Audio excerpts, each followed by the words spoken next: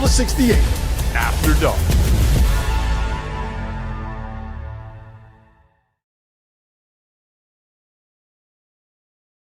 It was another thrilling Saturday in the world of college basketball. We got a thriller out of Illinois and Purdue. We got a thriller out of Houston and Texas Tech. We got a thriller out of North Carolina and Virginia. And we currently have a thriller on ESPN right now between Alabama and Tennessee. What's going on, everybody? Welcome to the Field of 68 After Dark. Rob Dauster. I got Jeff Goodman with me. I got Matt McCall with me. And we have a lot to dive into tonight on this show.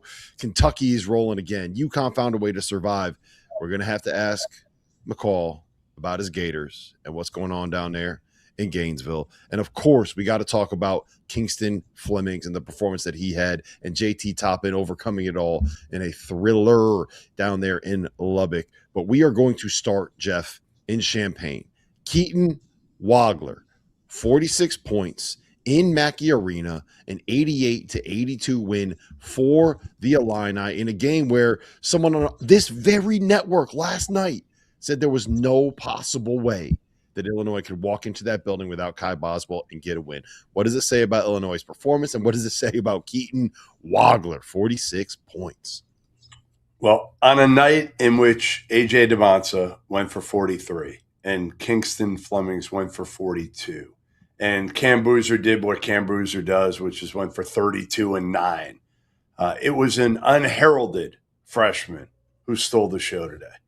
Keaton Wagler, a kid who was ranked, I think he was like 250 in the composite rankings, a kid who came into Champaign without much fanfare at all and has completely changed this team, went for 46, had one of the greatest performances that I've ever seen in college basketball because it was efficient, it was at Mackey, and this kid didn't flinch once. His poise, his control of the game, he didn't force anything. I mean, most guys, if they're going for 46 and they're doing what he does, again, they're jacking shots. They have that heat check. He never did that. It was unbelievable. And to come out with a win at Purdue and Mackey without Colin Boswell was remarkable. Incredible performance by this kid. Yep. McCall? Yeah, it's one of those things too, like as a coach, to Jeff's point, like it was so efficient. So like, what are you going to do? You're going to trap them. You're going to try to like deny them. You're going to take something else away. And if you're Matt Painter, who's one of the best in the business to ever do it, you don't really see, and you can't, what are your adjustments to what the guy's doing?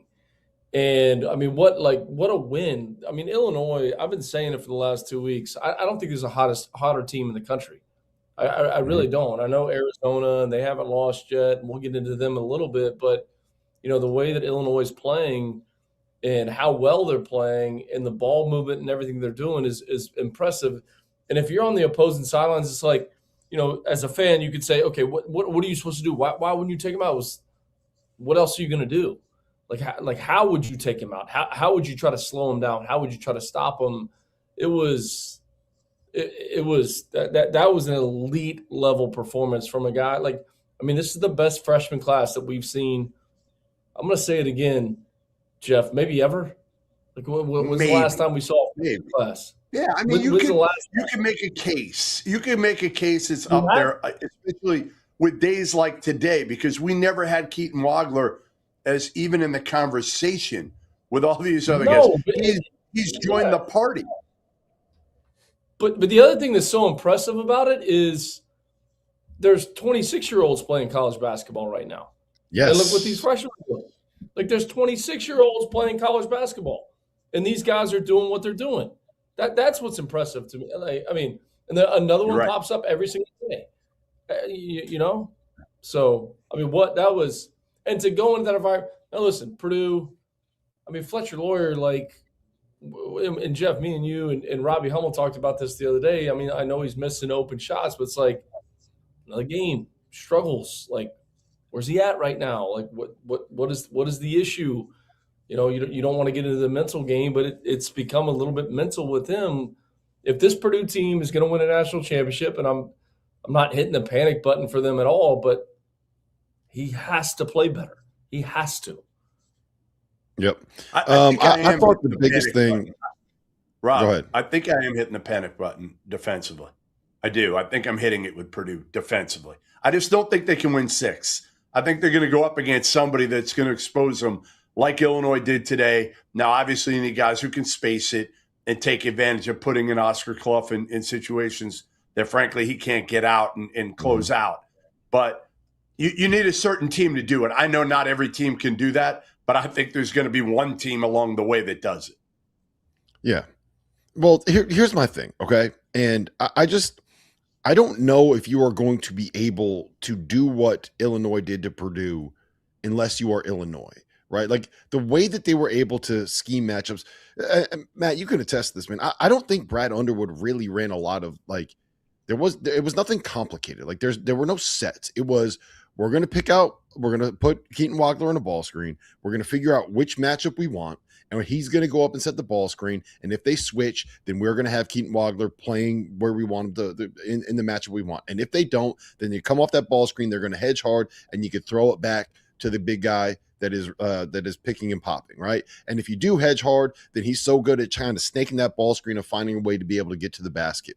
And then what you saw was Purdue tried different coverage, right? They were pre-switching. They tried hedging hard and getting up on the wings. They tried playing and drop, and that didn't work.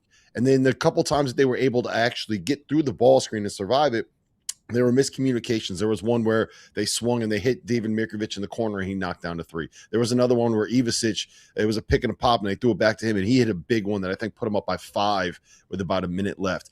I think that this said a lot more about Illinois than it said about Purdue. I thought Braden Smith was fantastic. If Keaton Wagler doesn't do what Keaton Wagler did tonight, we would be sitting here having the same conversation about Braden Smith. And I think that he was terrific. I thought that overall Purdue played really, really well. It was just that Illinois picked the right night to go 18 for 38 from 3. Like there's a reason why, Matt, they are the number 1 offense in college basketball right now, according to KenPom. And I think that this said more about who they are and how difficult they are to guard than anything else. Purdue is like Goodman. You're right. Like Purdue is probably not among the elite of the elite. They're not there with Arizona and those teams in that tier. They're probably a half a step below that. I'm not saying that. But to me, this performance said a lot more about Illinois to me than it did about Purdue. I totally agree that it says a lot more about Illinois. Like, totally agree. But to Jeff's point, the foot speed, like drop, I hate drop coverage. I mean, I'm an offensive coach. Who am I to talk about defense when, our teams could always score and we weren't always great defensively, but drop coverage is, to me, the worst way to guard pick and rolls. Because if you get a good guard and he gets it going, he knows how to read that drop. Like he knows if the big is going to commit to him, he's going to drop it off or he's going to read the protection or wherever it's coming from. Mm-hmm. If the big is going to commit to getting back to his man, he's going to go down the lane and make the right play. So drop coverage to me is the worst way to guard pick and rolls. And I get it when you have a front court player like Clough, like who is as big as he is. But I think not to critique Purdue too much, because I do think if they win the national championship, none of us would be surprised. But it says way more about Illinois and where this program is. And I'll go back to this, and I've said it on the show a million times in terms of Coach Underwood. He has evolved with the times. Like, go back to when he was the head coach at Stephen F. Austin, and everything was below the three-point line, and we're going to play smash mouth basketball, and we're just going to defend, we're going to rebound, and this is how we're going to play. No, pace and space. He's evolved. He's grown. He's evolved with the times, that's what you have to do in coaching in today's day and age. You can't just be completely set in your ways of, we're only going to play this way. This is the only way we're going to do things. That to me is the story, and it's so impressive for Coach Underwood. I mean, so Oklahoma State underneath the 3-point line. Let's just be really physical. Let's try to out rebound everybody, and let's do this. No, it's kind of neat to see, like when you think about it. Yep. Goodman, real quick on this.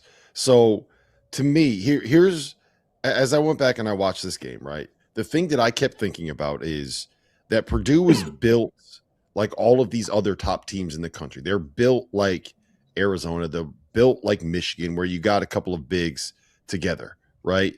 And I think when you watch them do this, I'm thinking, okay, well, how is Michigan going to be able to guard when you have all of these bigs that can space the floor? And how is Arizona going to be able to guard them when you have all of these bigs that can space the floor? Like me watching this with Illinois is like, this is a team that is going to create problems against the best teams in college basketball because of the way that they can play. I mean, yes, but Arizona's got like Koa Pete, who's got really good foot speed and can get out there and guard some of those bigs. Michigan, Morez Johnson, could get out there and guard some of these bigs. Purdue's bigs just don't have that, especially with Trey Kaufman-Renn right now not looking like he's anything close to 100%. He's not. So I don't know. I mean, again, I think it's a combination here. I think Illinois, again, Wagler had the game of his life, probably never going to have 46 again. He was remarkable in this performance. And again, like they found something here, but I just think Purdue's not as good as what we thought. They're not as good. And we knew their flaws. We knew their flaws coming in, but we didn't know Trey Kaufman-Renn was going to be banged up like this. We didn't know, Omar Meyer wasn't going to have as much of an impact. Like I think we all thought he'd be the guy playing, 25, 28 minutes a game because of what he did in the summer internationally. And he's been a good piece, but he hasn't been what I think we figured at the highest end he could be. Yep. You mentioned Keaton Wagler. We thought Fletcher Loyer would be way better than he's playing. Him too. Based on what he's done in his career. Absolutely. Like that is to me, that's the one that's like, man, like senior year in college, you wouldn't think that he'd be. Why is something going to change with him? But this is what he's been his entire career for the most part, right? Like you get those big games, and then you get the games where he doesn't make shots, and there's not much in between. So, again, I don't think tonight was on Meyer. I thought Meyer was really good, but he hasn't been up to his level. I'm saying overall, not tonight, but why this Purdue team's upside isn't quite as high as what we thought it might be. I agree with. You were able to earlier today, Jeff, catch up with Keaton Wagler, not Wagler, Keaton Wagler, after his 46-point outburst.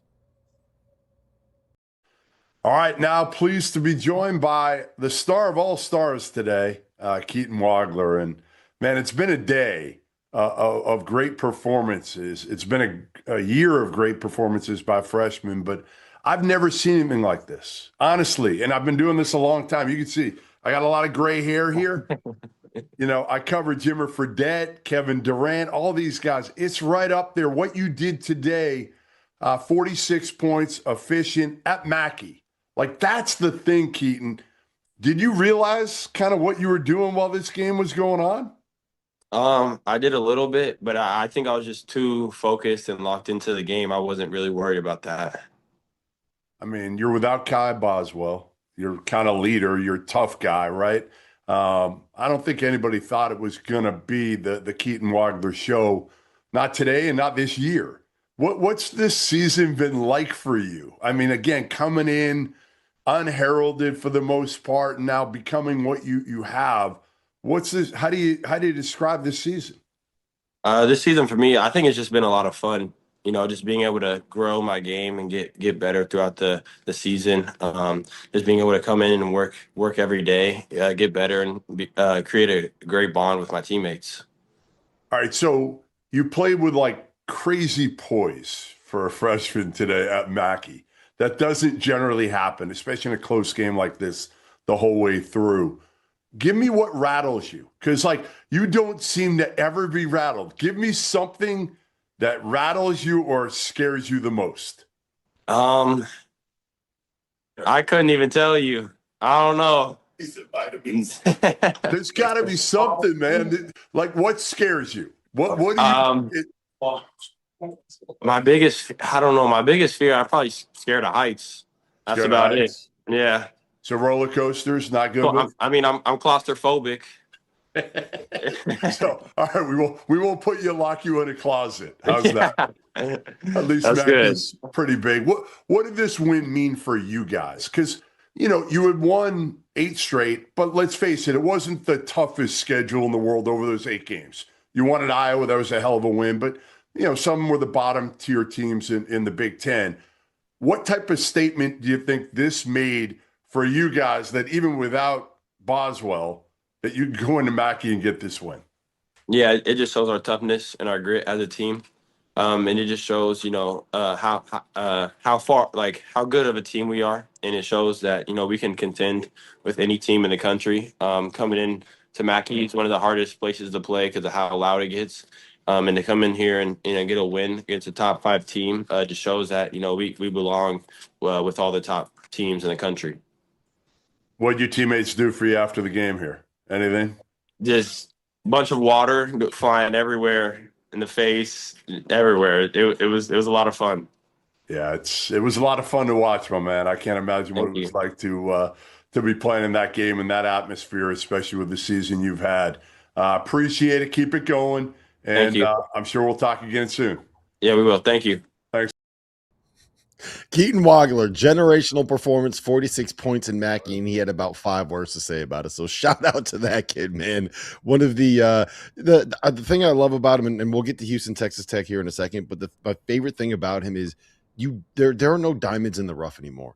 There are no guys that you find out of nowhere that aren't on the circuit, they don't have stars next to their name, that blow up out of nothing. And it's just really cool when you see a kid come out of nowhere to turn out to be an absolute star. He is awesome.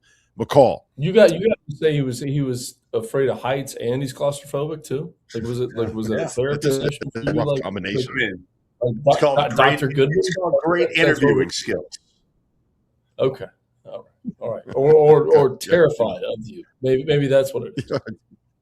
He's just scared of Jeff. I don't blame him. He's scared of doing an interview with me.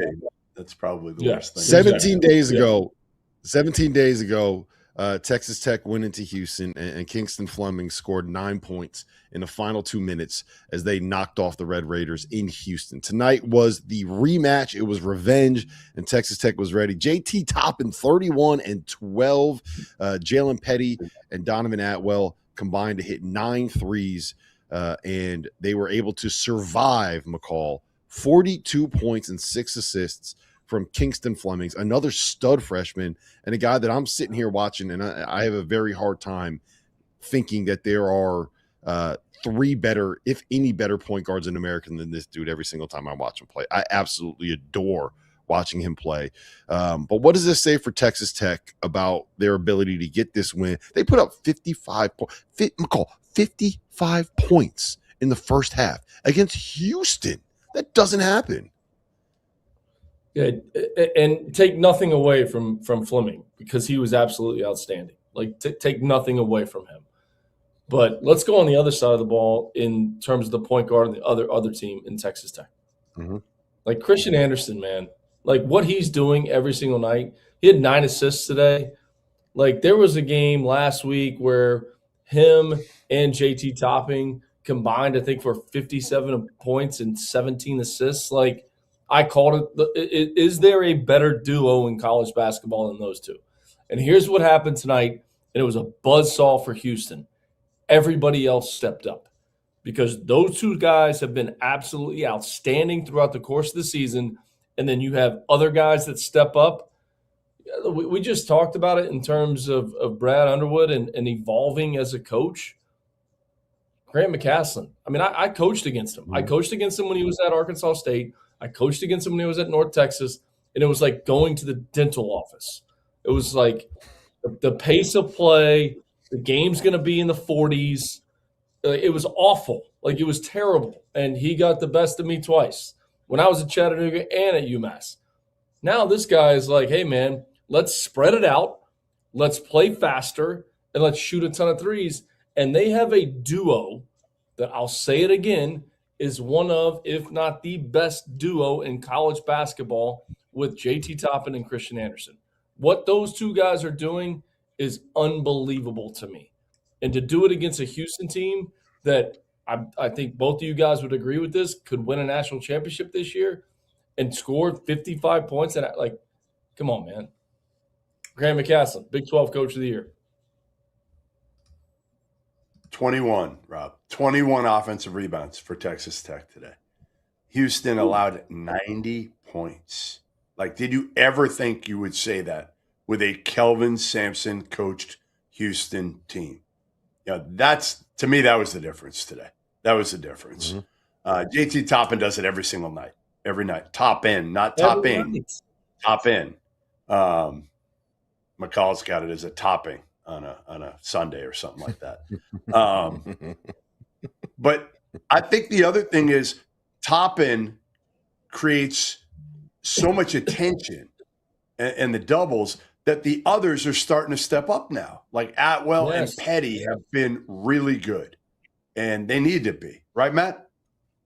Yes. And that's the difference maker, Jeff. Like that from a team that is a possession away last year from beating the Florida Gators and advancing the NCAA tournament to a team that's going to get to the Final Four. Like, if these guys step up just like they did tonight in a big moment, like could they win it all? When they hit 9 threes. They were 9 of 14 from 3, Atwell and Petty. Now, again, they're going to get open looks. That's the beauty of playing with Toppin. When you throw the ball in 2, it's like, what do you do? If you don't double him, he's going to score in just about anybody in the country, one-on-one. You double him, he's a pretty good passer out of the post. So he'll find those guys for a lot of uncontested looks. And, again, they're not deep. But Jeff, what about Christian Anderson? 9 assists. I don't think we're talking about him enough. The problem is they reside in Lubbock. We're not going to talk about Texas Tech enough until they get to a certain point, unfortunately. They're not Kansas. They don't have that brand. Unfortunately, they don't demand that attention until they overdo it. They have to overdo it for us to really pay attention to them, which is sad. I don't think it's they have to overdo it. I think what they have to do is get something like this, right? We talked about him a lot after the win over Duke in the Garden. But that win over Duke also, this is the first time that they've really gotten a statement. I guess we talked about it against BYU, but that's the thing is, like, you're in a league where you have Houston, who is always going to be a national championship contender. You have Arizona, who is the number 1 team in the country. You have BYU, who's got AJ DeBonsa. You got Kansas, who's got Darren Peterson, and you got Iowa State, who is consistently one of the best and most consistent teams in America. And you got Baylor, who's got a pro on their roster. So there is so much to talk about in this league that they just kind of slide under the radar. And I know that Grant McCasland, I think if you got him in a moment of honesty, right, probably he's going to be, people need to be like, we need the attention. Like, we're doing these things, we're winning these games. I think he kind of likes that people are sleeping on him. Right? Because that gives him a level of motivation that he could talk to these guys where he can say, look, they're talking about Arizona. That show's talking about Houston. That show's talking about AJ DeBonsa. That show's talking about Darren Peterson. They don't respect you. They don't think you're good enough. Well, you know what, guys? They beat BYU last Saturday in by 13 points. They beat a Houston team. They got 42-6 from Kingston Fleming tonight. It's on now. I thought also, and just when it comes to Houston itself, I thought that there were 2 things that impacted this game. One, both Chris Senack and JoJo Tugler got in foul trouble in the first half, and that allowed Texas Tech to be able to get to the offensive glass in the first half. The other part of it is, with the way, McCall, that Houston wants to trap ball screens and the way that they double the post, if you have guys that can pass out of those ball screens or know how to pass out of the post and can dribble into the post, then I think those are the ways that you can beat this Houston team. Because what happens with Lawan Watson, JT Toppin specifically, as soon as they send 2, those guys were able to be strong with it, see over the top of the defense, and get the ball to the other side of the floor, which was a swing. You got Houston in scramble, and you were able to get open threes. I think that Texas Tech has a team that is built to be able to deal with some of the stuff that Houston does defensively. And when you combine that with the fact that their starting front court, I think, played a combined 13 minutes in the first half, that's what you got to do to be able to beat this Houston team. So all credit to them. This was a good matchup for them, and they proved it, and they took advantage of it. And we got to We got to start talking But, about him in what that a week! conversation. What a week! Like, think about the environment. And I said this on the Goodman McCall podcast. I don't know why my name's last on that. Can you please update the advertisement too? Like, We'll put it's you the ahead of Goodman Hummel. We'll put you ahead of Hummel. I mean, No. Facebook First got him of all, it should be. Facebook got him dead yesterday. So you know okay. Okay. All right. Facebook. Yeah, honestly, Facebook. that pod should be the Hummel McCall podcast that Goodman is lucky to be a part of.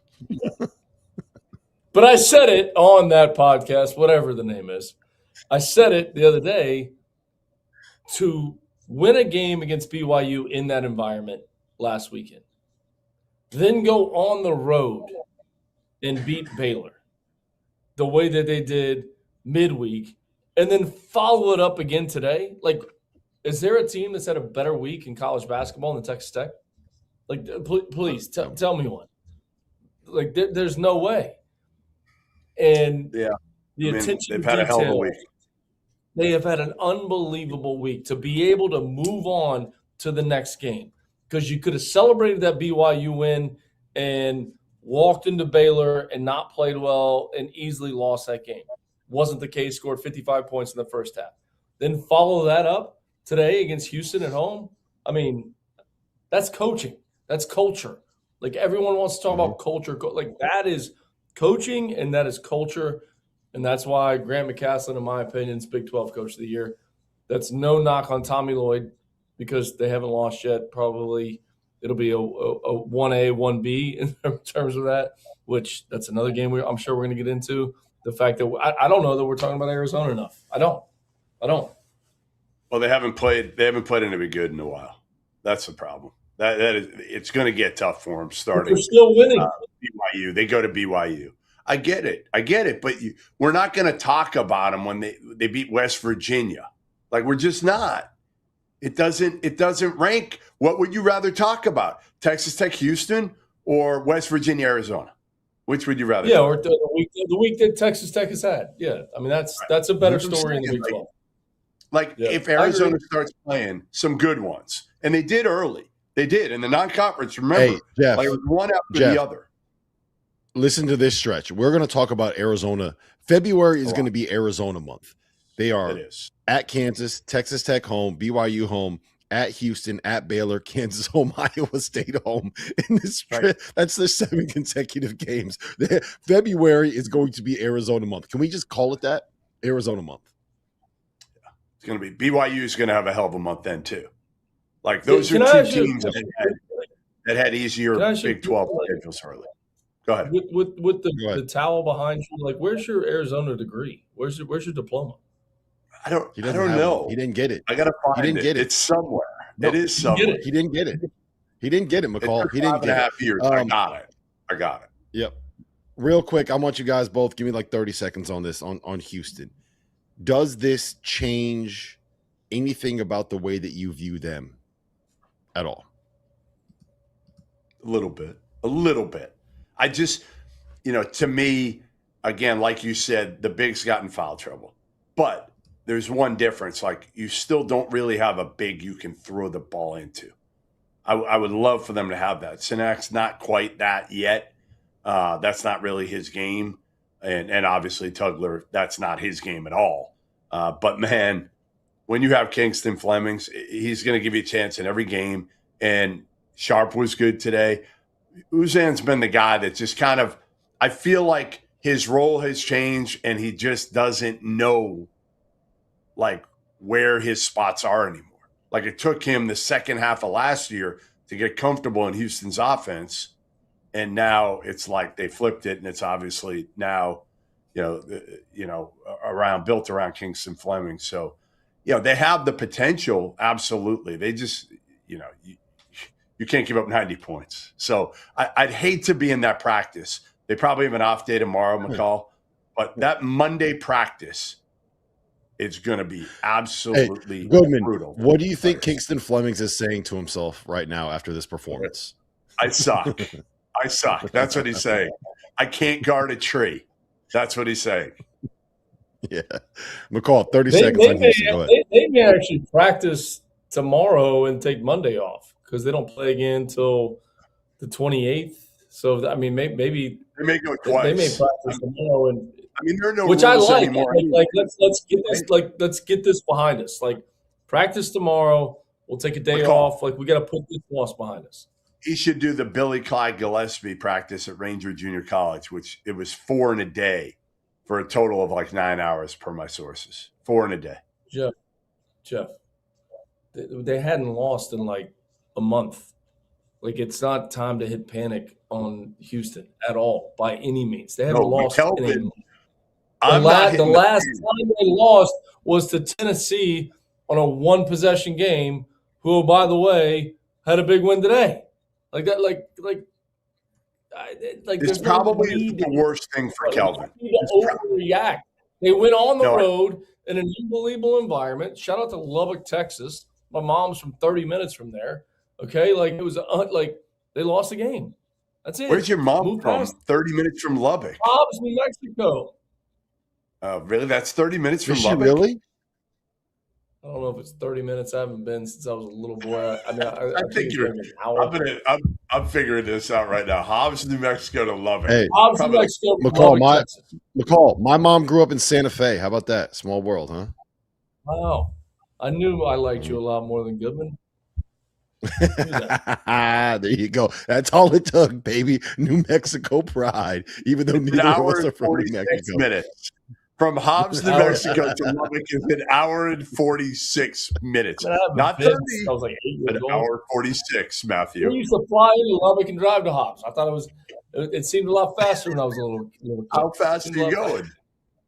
You were close. You were close. You were close. Hey, all right. Let's get this back on the rails. We got to get to a break. On the other side, we got to talk about North Carolina, their comeback win, a statement victory for them. Alabama got Charles Bediako eligible. Didn't matter. Tennessee goes into Tuscaloosa and picks up the win. Kentucky got a big win. UConn survived. And we are going to get to the Gators at some point, Matt. I promise you that. That's all coming up after the break. As you know by now, we have teamed up with BetMGM again this season. We'll be using BetMGM lines to make all of our picks, and we will have special offers for Field of 68 fans, including same-game parlays, best-in-class live betting, and daily odds boost. If you haven't signed up for BetMGM yet, use bonus code FIELD to get up to a $1,500 first bet offer on your first wager with BetMGM. Here's how it works. You download the BetMGM app, you sign up using bonus code FIELD, you deposit at least $10 and place your first wager on any game, and you receive up to $1,500 in bonus bets if your bet loses. Just make sure you use that bonus code FIELD when you sign up. Make this college basketball season one for the history books. Make it legendary. And don't forget, if you haven't signed up for BetMGM yet, use bonus code FIELD and get your $1,500 first bet offer today.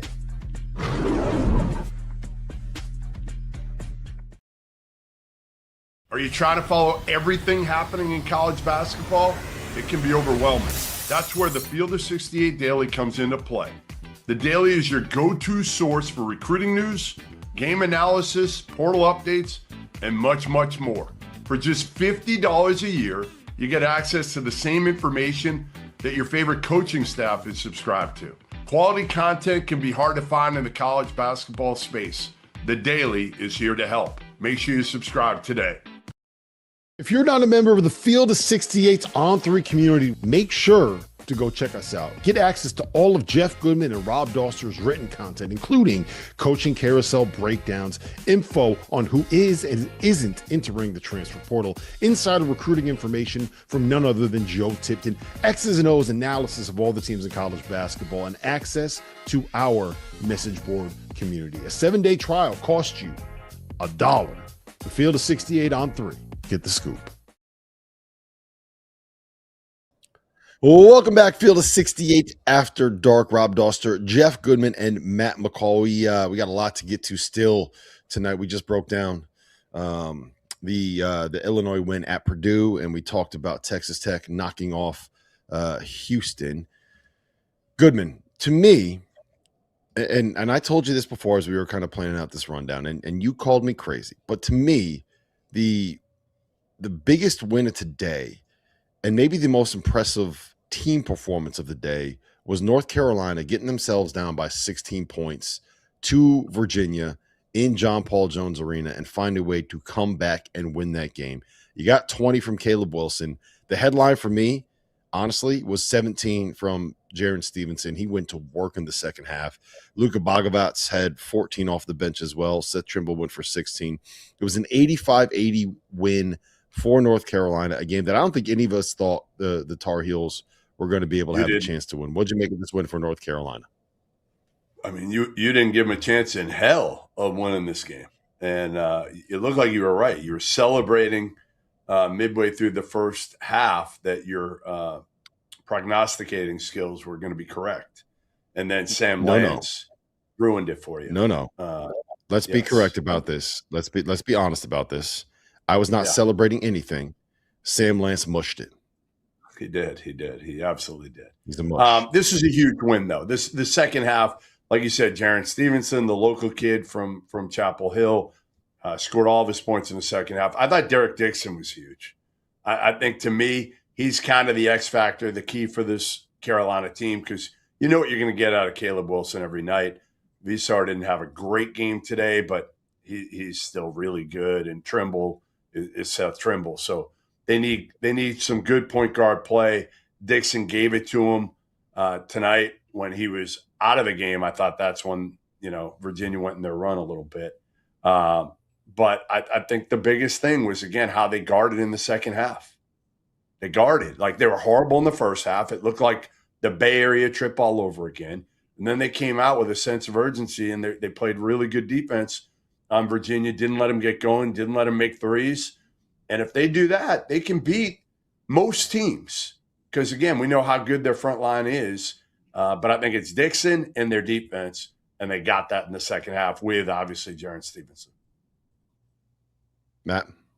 Wasn't there some guys last night on the field of 68 that said Virginia could push Duke to win the title in the ACC? Was that the conversation last night on the field of 68? So maybe Hubert Davis clipped that and played it today at pregame meal. Maybe that's what he did. He's been known to clip. Hey, Matt, he has been known to clip our shows before and play them to his team. He clipped it and played it for his team because this was big, and he may have played it the half. Because when you lose 3 out of 4 coming out of that Bay Area trip, like you just said, Jeff, it was not going good. I mean, their best win was against Kansas, which is a good win at home early in the season, and you're sitting here saying, is everything okay with Baby Blue? Like, what's going on? Like, you lose to SMU. You had the Bay Area trip. It didn't go great. Come back, beat Notre Dame. Like, is everything okay? And today, the way they played in the second half, the ball moved, the assists, 17 assists in the game.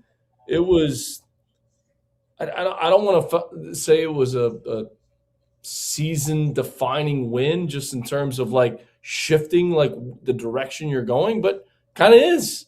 Like, it kind of is. The fact that it wasn't going that well in the first half and to flip it the way they did in the second half and, to Jeff's point, guard and also score the way they did and the ball to change sides of the floor the way it did and have everybody on the same – it's almost like somebody said something at halftime like, guys, this is not – we're not doing this. Like, we're gonna shift this thing. So we'll see how they respond after this, but what a win, what a response at half.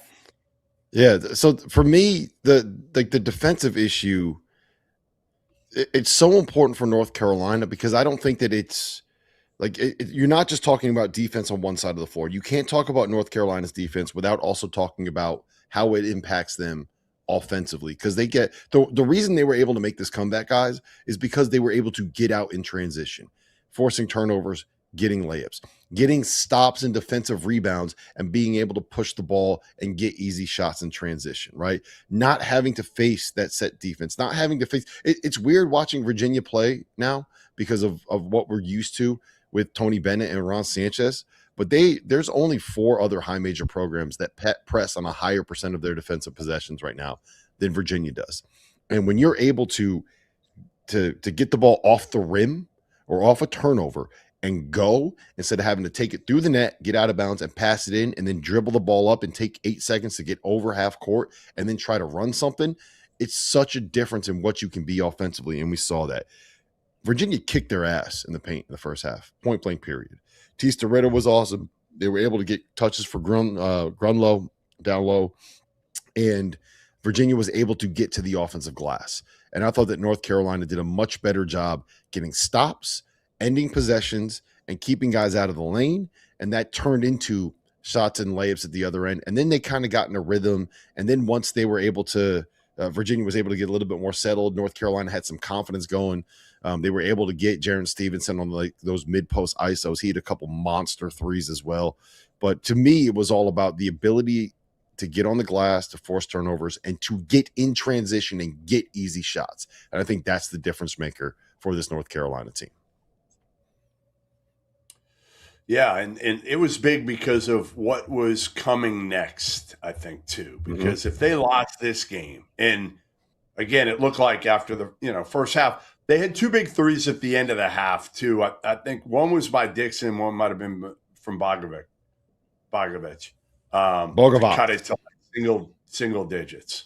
So I think, again, if they had been run out of John Paul Jones Arena, then they go to Georgia Tech, I think, next.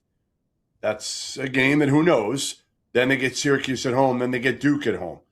So I think this takes a lot of pressure off, gives them some confidence, gives them win the games you're supposed to win here, right? Like beat Georgia Tech on the road now, beat Syracuse at home. And then you go into Duke at home in Chapel Hill thinking like, all right, we got a chance now. Now, again, you can't revert back defensively. That's the biggest key now. Yep. In terms of the Virginia side of this, I'm still very, very high on this team. But I think what you saw tonight was why there's going to be other programs that have a higher ceiling, because I think they have a lot of really good players. North Carolina's got a stud in Caleb Wilson. And I think that we saw a little bit of that difference there. But I'm still very much in on the Virginia is capable of being a Final Four team. They're a second weekend team with upside, in my opinion. And I'm still very much in on this Cavalier program. I do want to pivot, Goodman. So one of the biggest storylines coming into this weekend, Jeff, was that Alabama was bringing a guy back from the G League, basically, right? Charles Bediako coming into the program. And you told me when he committed that once they get healthy, and yes, there's the context that they were missing Amari Allen, they were missing Aiden Holloway tonight. But this is still an Alabama program that added a guy that went for 13 points, 3 boards, 2 steals, and 2 blocks in Charles Bediako, and lost at home to Tennessee, who we've all kind of written off as a real like SEC contender. Before we get into the Bediako conversation, big win for the Vols, who got 29 from Nate Ament and 24 from Jacoby Gillespie. I mean, yeah, but Alabama didn't have their most important player. We've talked about it with Amari Allen. He is their best overall player. Everything. He does everything. Third leading scorer, probably their leading or second leading rebounder, best defender, toughest dude, all of it. And you take away Aiden Holloway, who's their second best scorer. So you're playing with – and right, so he actually played fairly well tonight, but he's coming back from being out for a few weeks, and he's had a myriad of injuries this whole year. So I don't even care that they lost tonight at home. I honestly don't. I think the biggest key is early this week, what happens with Bediako in his future. Because if he is with this team long-term and they get those 2 guys back, we saw the difference he can make on both ends of the court. Now, defensively, he's still got a long way to go. I mean, remember, he's had 1 practice with this group, 1 practice. But he is a major lob threat. He is more offensive-minded than the last time we saw him a few years ago, which makes sense because he's been playing pro ball. And he can alter and run the court and block shots and all of that. He gives them something that, frankly, they don't have up front right now. That's not Aiden Sherrell's game. So I think, again, to me, Alabama is a legit Final Four team, and I've said this over and over. If they get healthy, nobody can match their perimeter. Nobody in the country, not even close for me. Mm-hmm. Jeff, is there any place that you think that they deem him ineligible going forward? Like, do you think there's any shot of that? Like, that's my thing. Is like we don't know, but like in your opinion, is there any way that he is deemed ineligible at some point in time? I mean, do I look like Judge Judy? I don't know, buddy. That's what I'm asking you. Wapner, Judy, like which judge do I most resemble here? That I'm going to give you my kind of you to be honest, you do kind of look like Judge Judy. I mean, according to your sources, because you have all the sources. Like you have all the sources.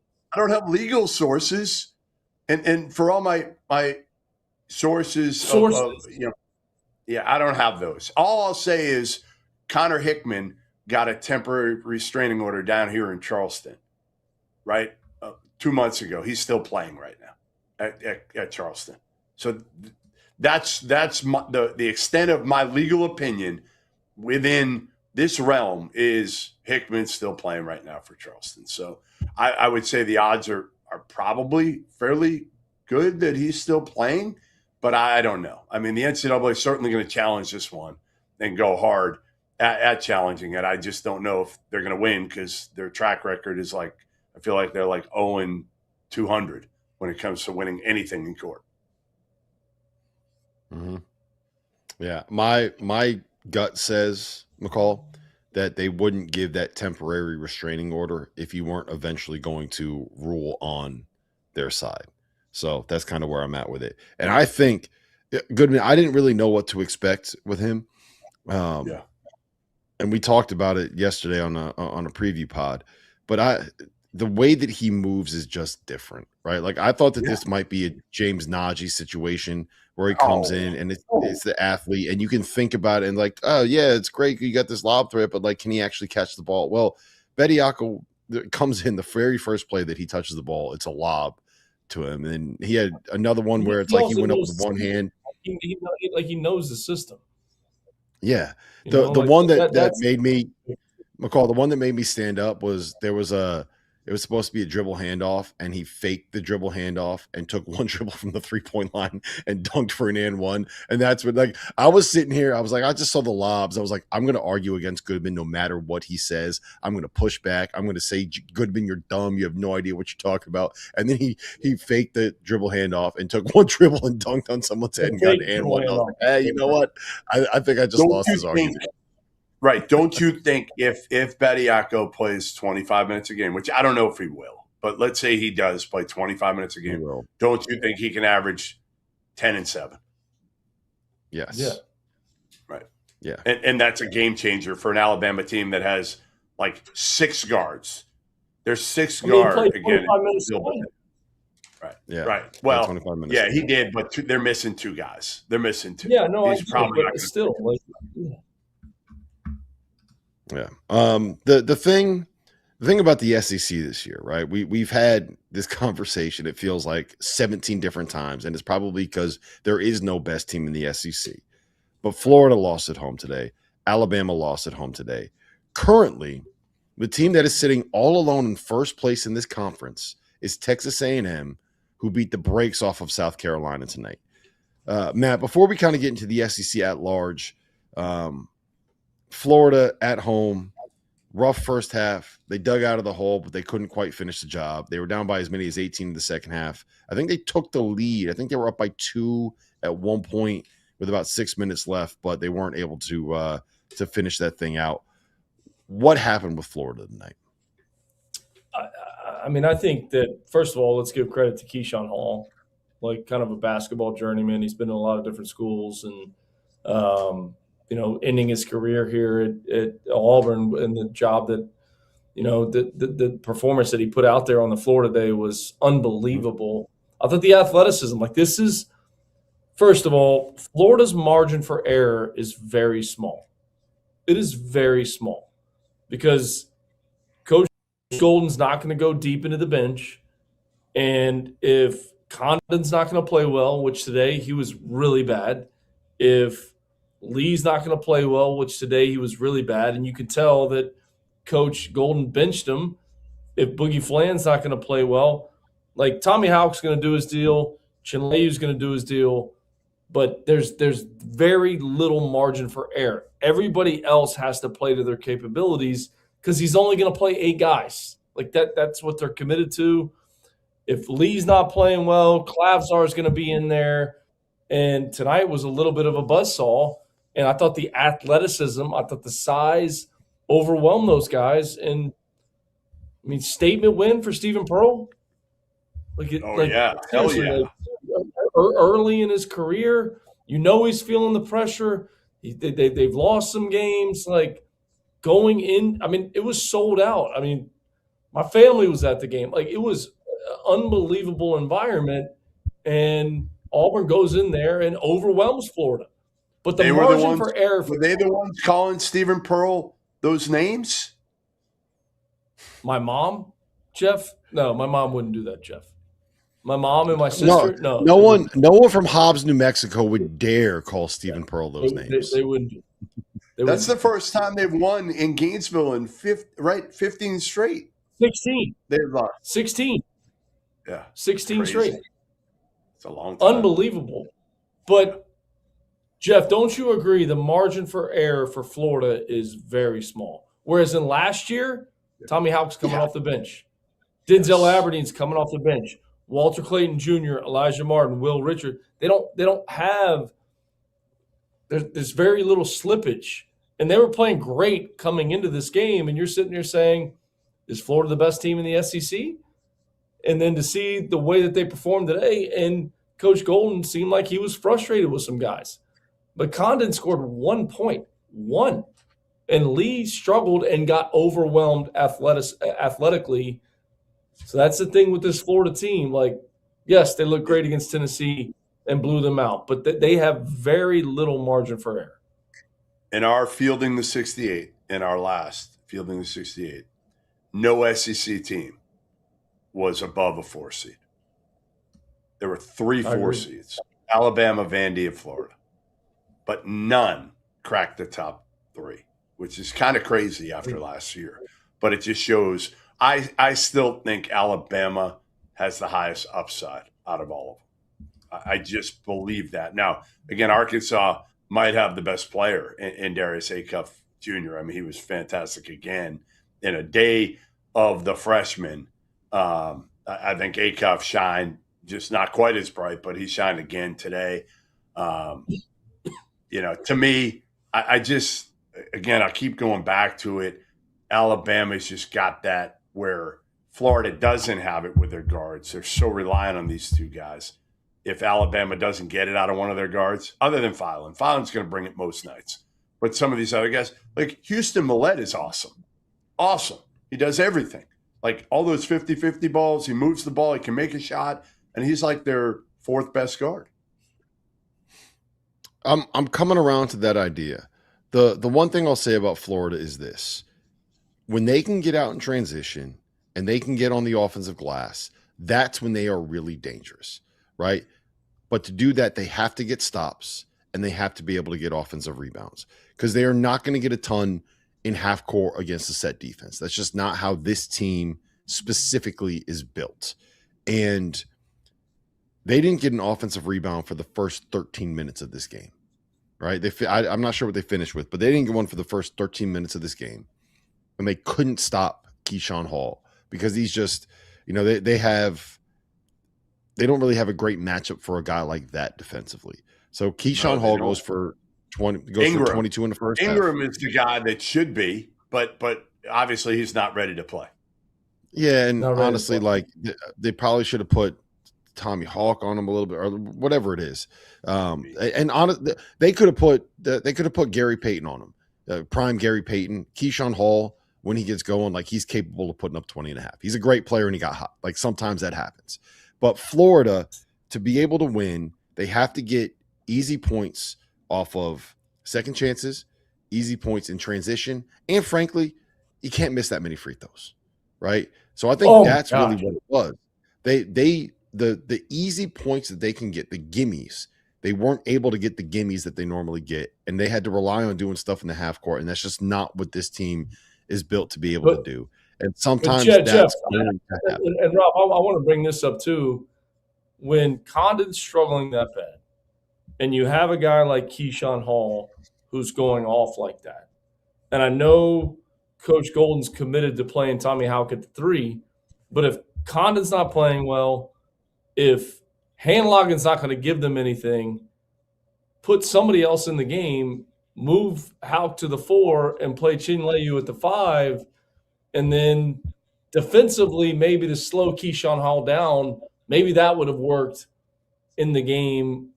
I don't know. Like, it's just you don't have a lot of options. That's the problem. You don't right now have a lot of options. To your point, like, do you throw Ingram in there just to try to be athletic and physical with if Condon's going to struggle like that? Like, Condon can't play that bad and expect Florida to win that high level of a game. It's just. Well, I mean, that's the bottom line. Like, we can say whatever we need to. Handlogin's not playing well either.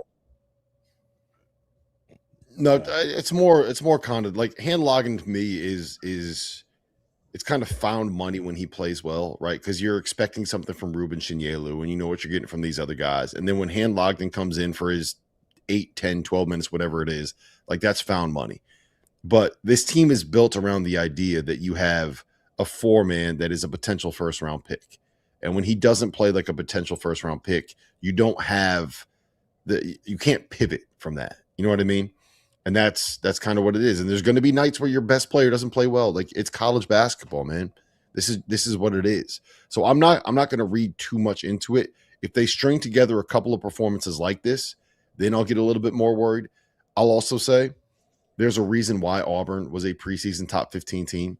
This team is talented, man. This team is good, and they showed up tonight to play. And Stephen Pearl got a big, big, big win. And I know Stephen Pearl and Todd Golden are close because of Todd's Auburn roots, right? So I know this one.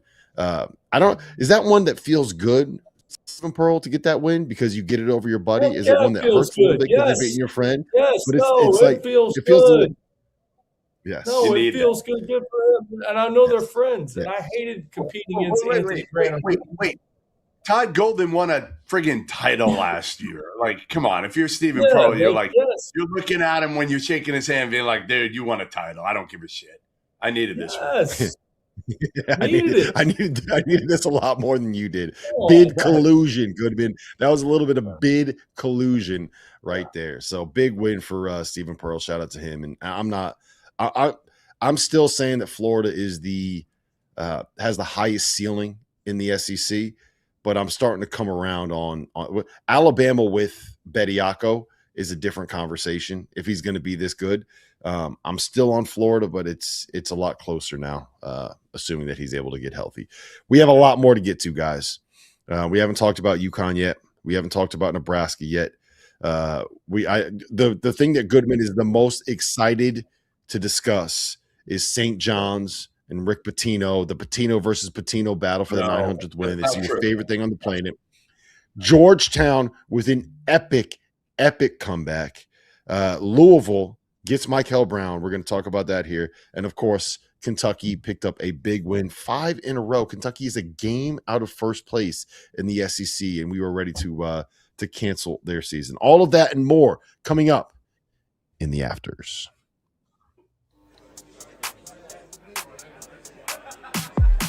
These my DJ Burns shades I had for. That was like taking them into the depths of Alaska and just dropping them off. The first person that's gonna die got to be one of the black guys. They're not gonna make it to the end of the movie.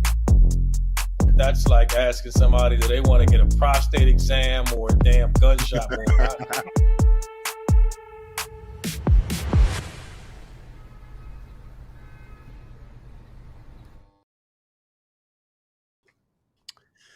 Welcome to the Afters, where Jeff Goodman has changed his hat for the 3rd time tonight. He's now got a Nebraska ball hat on, by the way. Go buy it.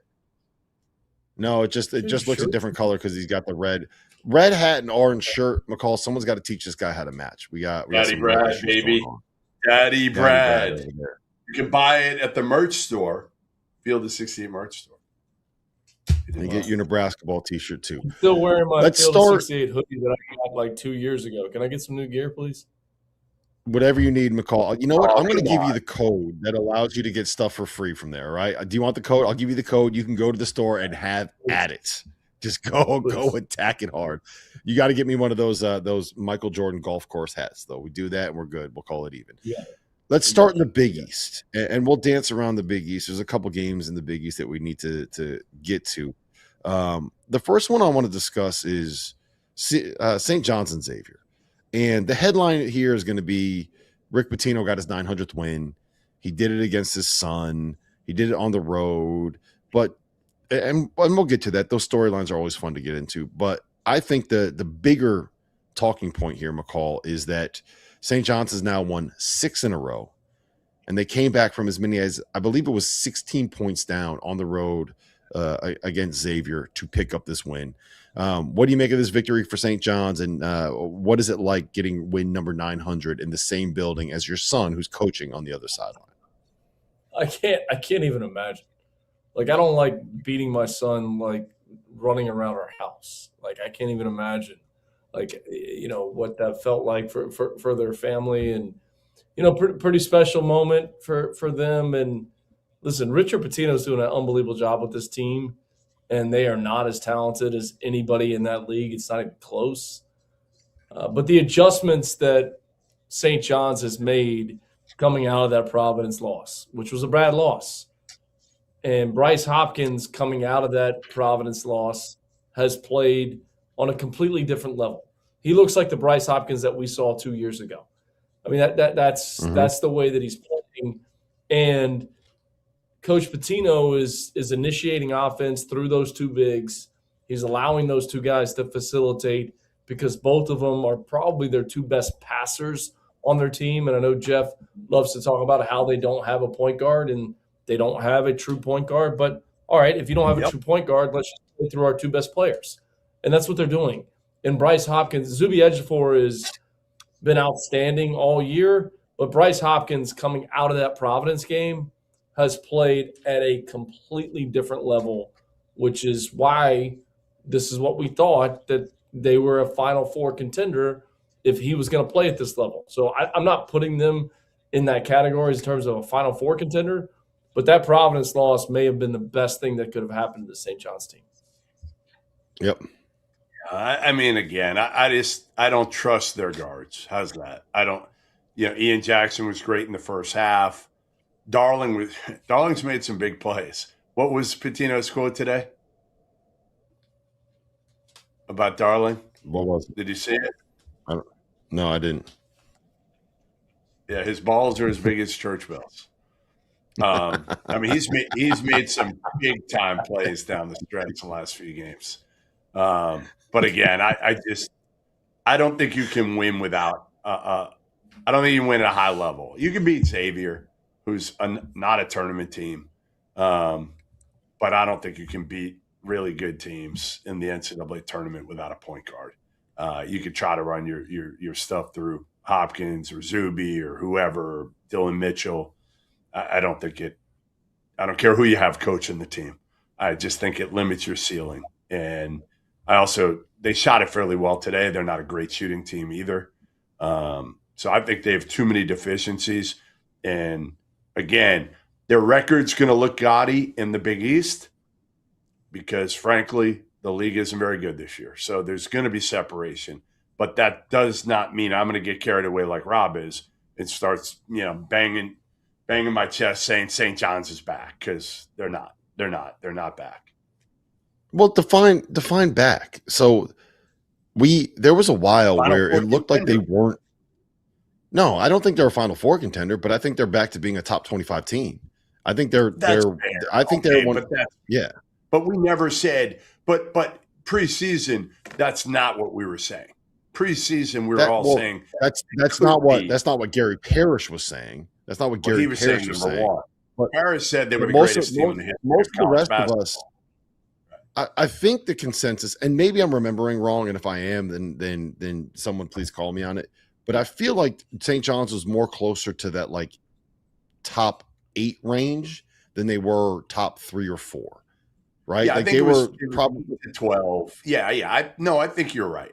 But I don't think they're that. I think we were thinking maybe Rick Pitino could pull a rabbit out of his ass and turn one of these guys into a point guard. And here's the thing. He didn't. He might have turned Dylan Mitchell into a point guard, but what I'll say about St. John's is that they went from being a team that couldn't guard anyone earlier in the season and didn't have a point guard to being a team that is now playing Zuby, Bryce Hopkins, and Dylan Mitchell together, is all of a sudden a much better defensive team, and they still don't have a point guard. So, like, they're not going to be able to win at the level they won last year because they don't. Defensively, they gave 83 today. Like, are they much better defensively? Like that to me is the Achilles heel.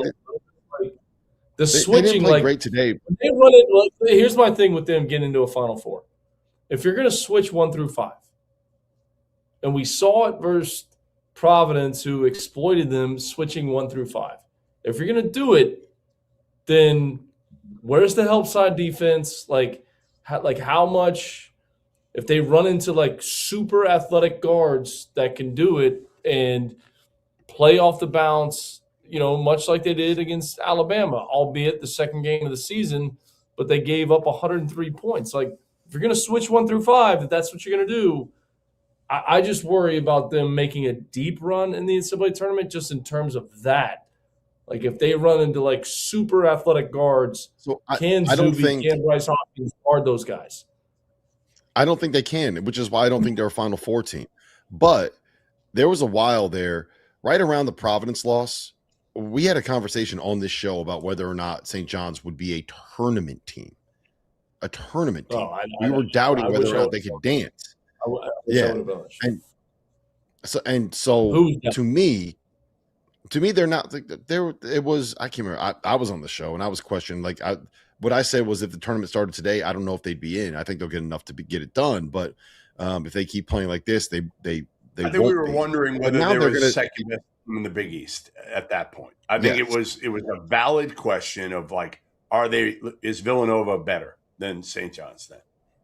Yeah, and I think that question's been answered, and I think that now St. John's is a team that can get to the second weekend of the tournament, and maybe not much more than that, but they're back to being, to me, they're a top 20 to 25 team in America, which is not all that far off being a preseason top 8 to 12 team in America. You mentioned Villanova. I thought Villanova looked fantastic in the game against UConn today. They took UConn to overtime. Matthew Hodge made a ton of big shots. Bryce Lindsey was a problem. They got this kid, Tyler Perkins from Penn, who they're running it feels like watching Jay Wright again, because this dude is just backing people down from 35 feet away and getting into post-ups and getting to his left hand. They lost today. They lost in overtime. But I think watching this, that Villanova is right there with St. John's as the second best team in the Big East. We'll get to the UConn angle here in a second, but I don't think enough can be said about the job that Kevin Willard has done in his first year at Villanova, when he didn't really go all in on the portal, Goodman. He had opportunities to spend big bucks on some guys that could have followed him from Maryland, and he didn't really do it. He said, you know what, I got some pieces here that I'm pretty happy with, and it's working out pretty well for him. Yeah, I don't think he wanted to pay, Rodney Rice $3 million, right? I think there were some guys that he didn't think were worth it. So, but he still had a pretty good payroll. And you looked at their roster in the offseason, you're like, I don't know. It's not overwhelming, right? Who's their guy? They don't really have that guy, but they got a lot of good pieces. And Willard can coach. We know that. Kevin Willard's, anybody who can do what he did at Seton Hall those last 5 years can coach his ass off. And sometimes I think he does a better job with those type of guys, right? The under-recruited guys, the guys that are going to play hard. Came from that Pitino tree, right? Mick Cronin, those guys are all a little bit similar, aren't they? They'd rather coach those guys that are going to give you effort and play hard every night rather than the highest skill guys. But what he's done to get that, I mean, they should have won today. They absolutely should have beaten UConn and Hartford, and they had a couple chances to do it. And I know you want to talk about the UConn angle here in a minute, but. Devin Askew's been pretty good. Perkins was great today. Caden Lewis didn't play great today, but again, it's like power in numbers with this Nova team where they're not relying on one player. Matt? Yeah, I mean, the job that he's doing is unbelievable. To Jeff's point, that Caden Lewis didn't play great. I've been such a fan of his, how he plays the game for a freshman, and one of those great freshmen. He just struggled today against the bigger UConn guards. But Coach Willard, to go in there and revamp that program, not being in the family for whatever that means, it's impressive. But this UConn team, let's shift back to that. Like, I still haven't played great, and they're 19-1 and 9-0 in the Big East. Are you kidding me? And they haven't played great? Like, unbelievable. Well, all right, Matt, I want to ask you about this, right? Because this has been something. It's a big talking point within the UConn fan base, right? And it's something where I get texted about this more than I probably get texted about, like, hey, how are your kids doing? I get questions about UConn basketball. And the thing that people keep coming back to is, all right, you've had all this time now. You're playing in the Big East. This is not November. Terrace Reed is back. That's not an excuse anymore. Braylon Mullins has been here for a month and a half. That's not an excuse anymore. Solo Ball is supposed – I know he missed time against DePaul. Like, he's got a wrist thing that it seems like he just can't quite shake, but he's supposed to be healthy. He's not quite there. Silas Demery's been in the – they have not clicked offensively yet. And they are still out here winning game after game after game against what should be overmatched opponents. So my question to you is this the promising sign that they're not yet where they need to be offensively and they're still able to win these dogfights? Or are we now getting to the point in the season where it should start be a little bit concerning that they're not, like, is this just who they are as opposed to being they have one loss. One to a team that's undefeated, ranked number 1 in the country. Yes. Hey, Matt, this without Terrence, like what are we doing? No, they haven't played great offensively. Thank you. If I'm every other team lining up to play against them, I'm petrified of when they blow up offensively. If I'm scouting them, I'm saying these guys have one loss. How are we going to slow them down? Because what happens if it all clicks on the same night? No. Matt, do you really believe – hey, Matt, do you really believe those were texts from other people? No, I don't. You want me to show you? What other you want me to people show tell you? them to text me? 352. Send me a text. Are you kidding me? I agree with Matt. They have one loss. I agree with Matt here. Here's why I agree with him. Look, for the record, this is where I'm at. This is where I'm at with it. I just want other people to hear this. And they have a chance to win it again. Would they rather they lose 6 straight? Would they rather they lose 6 straight like they did a few years ago? And maybe that'll, come on. I mean, this is stupid. They're winning games. They still have all of February. They have all of February to hopefully peak at the right time, right? Yeah, they haven't peaked yet. We know that. And Braylon Mullins got hurt in the second half today. Solo Ball, the greatest sign of today was Solo Ball broke out of his slump. Yes. Now, can he keep it going? I don't know. Hopefully this isn't a one-off. But if you can get Solo Ball going, and Braylon Mullins probably, maybe he misses the next game, with concussion. My guess is he misses 2. Like, you probably need a week, right? He probably misses 2. Yeah, how about the response of Solo Ball? He's been benched at the end of games. Mm-hmm. Coach Hoey's played Denver at the end of games. And for him Caravan to was go back, awful early in this one. And they just haven't been clicking on all cylinders. They really haven't, clicked on all cylinders. Which is, I'm an opposing coach. I'm petrified. What? It's going to be something. Yeah, and here's the biggest positive takeaway from this, for me, at least, is that they have as much experience, game experience this season as any team in the country does in winning kind of those close dogfight. I think they've been in 9 1 or 2 possession games now. And they have as much experience as anybody in figuring out how to be able to win those games, right? Now, It may be against Villanova, who shouldn't When be. you get to the NCAA tournament, not to cut you off, when you get to the NCAA tournament and you're in a timeout, and it's the under 4 timeout in the Sweet 16, Coach Hurley can go in there and say, we've been here. We have been here. And we win these games. It's only going to give your team confidence. Yeah. I think it was Henson on here the other night saying that was a big thing for them. Was it Henson? Maybe it was Justin Jackson. I think it was Justin Jackson talking about the year that they went to the championship, saying that one of the big things that they had was the ability to go into that huddle and just say, hey, guys, listen, we've been down by 10 before. We've come back and win.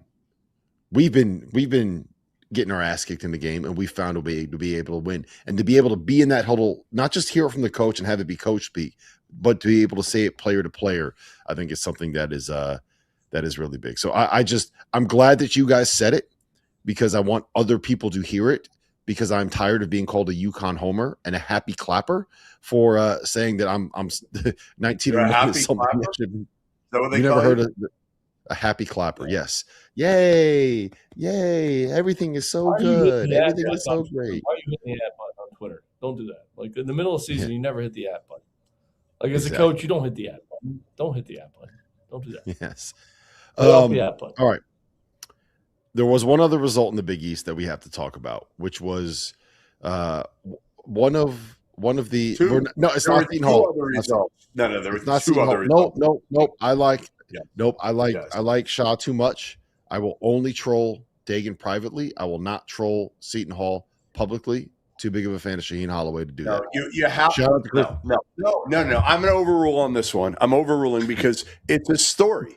It's a story here. Seton Hall 2 weeks ago was a cute Second story. best team in the Big East. They were 14-2, Rob. We can't gloss over the fact that they played UConn tough. They took them down to the wire. They had a chance to maybe win that game. And since that, they've lost 3 straight now. And they're now 4-5 in the Big East. And they've gone from a cute story to probably an NIT team, which sucks. None of us like this. Because we all want Dagan Hughes to have something good in his life other than Big D. Because right now, the Eagles are gone. I mean,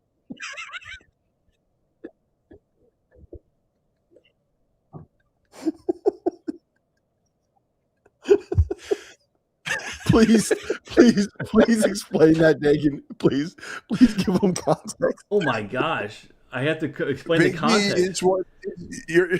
Can I Okay. say? Yeah, you Can I can say it. explain Okay. it? Yeah, you can explain Big it. D. Please explain it. girlfriend, nickname. Toast of the night. That's- Toast of the night. Just go to please.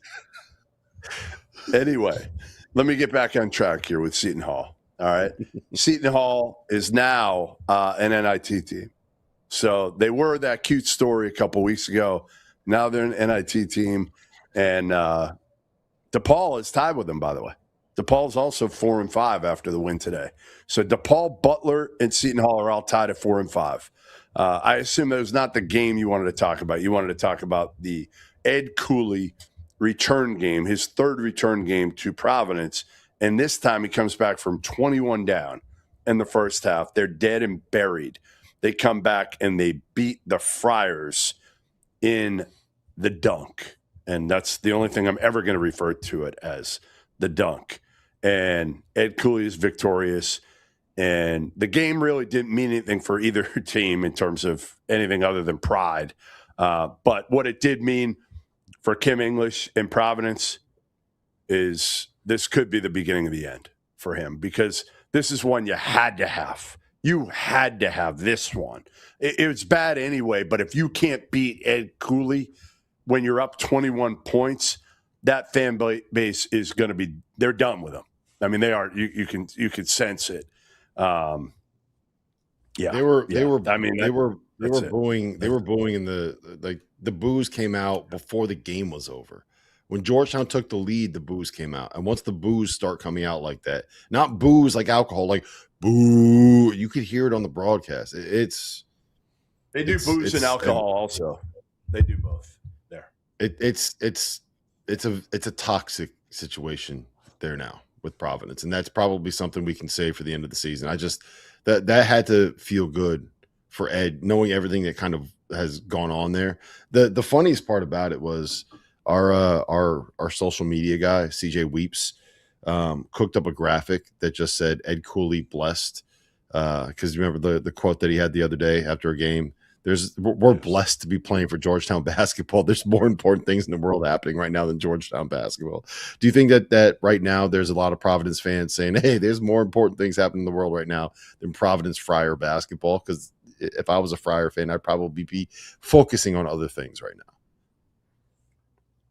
Yeah, I mean, this is tough. This is a tough one because, again, here's what I'll say. All right, I do want to say one thing about this situation, that if a change is made, okay, I don't understand why athletic directors don't have more accountability.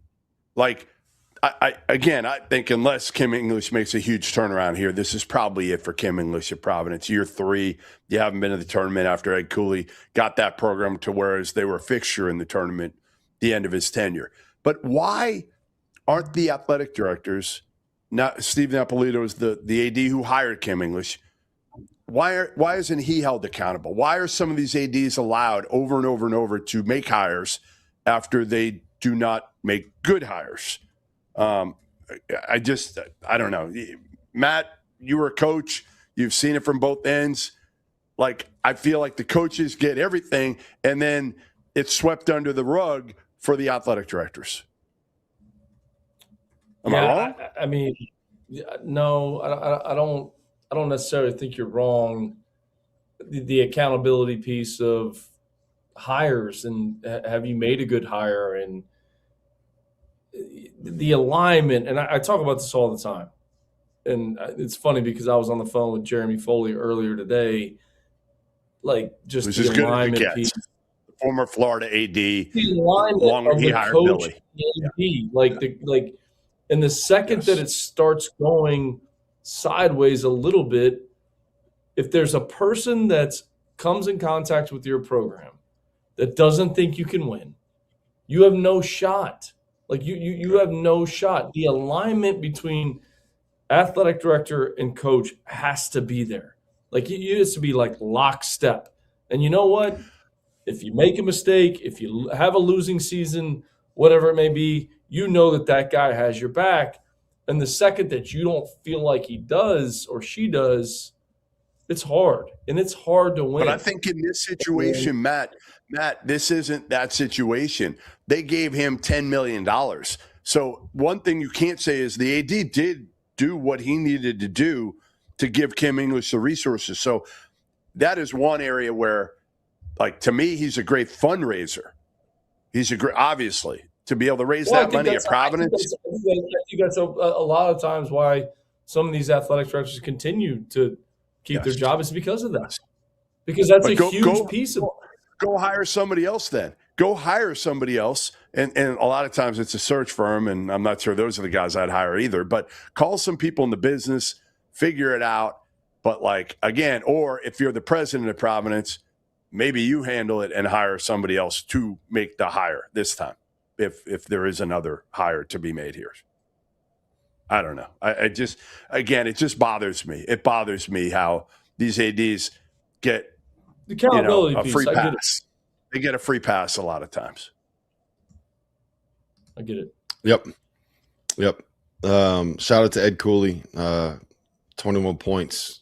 Regardless of any other storylines going on with a comeback like that, coming back from 21 down on the road when it's kind of looked like your season has been over for a couple of weeks is something to celebrate and be shouted out for. Kentucky got to win today, guys. We got to get to Kentucky and Louisville here, and we will. So I stopped getting yelled at by Samuel Lesowing.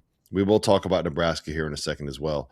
But I'm gonna get to Kentucky and Louisville before we start getting to some questions from the chat, because let's start with Louisville, Goodman, because Mikhail Brown is back, 20 points and 6 assists, and it just looks different when he's on the floor for Louisville. They got all these guys that are finishers.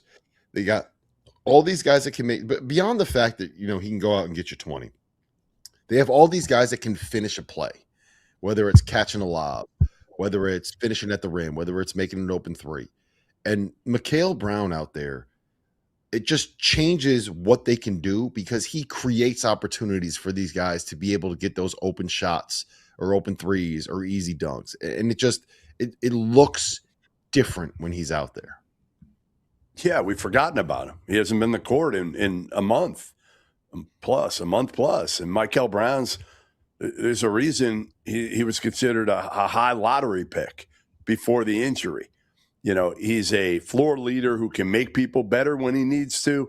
He's a guy who can shoot the ball from deep. He can go get you one. Whatever you need, he can do it. I mean, their offense, again, they scored 85 today against a Virginia Tech team that's pretty good. Like, Virginia Tech was never really in this game the entire time. So it just shows the difference when you put guys in their natural situations. And by natural, I mean, you know, Kobe Rogers playing 11 minutes off the bench and Ryan Conwell not having to do too much and McNeely being more of a catch and shoot guy. And they still have their warts, you know, up front. I still don't think they're as strong as they need to be to win a national title, but with a healthy McCall Brown and his back feeling good, they still have a chance to be a Final Four team. Mm-hmm. McCall? How about the fact that they gave up 53% from the three-point line and won? Like defense isn't great. Brown, yeah, but like that's ridiculous. It still held Virginia Tech to 22 points in the first half. But him being out there changes the game.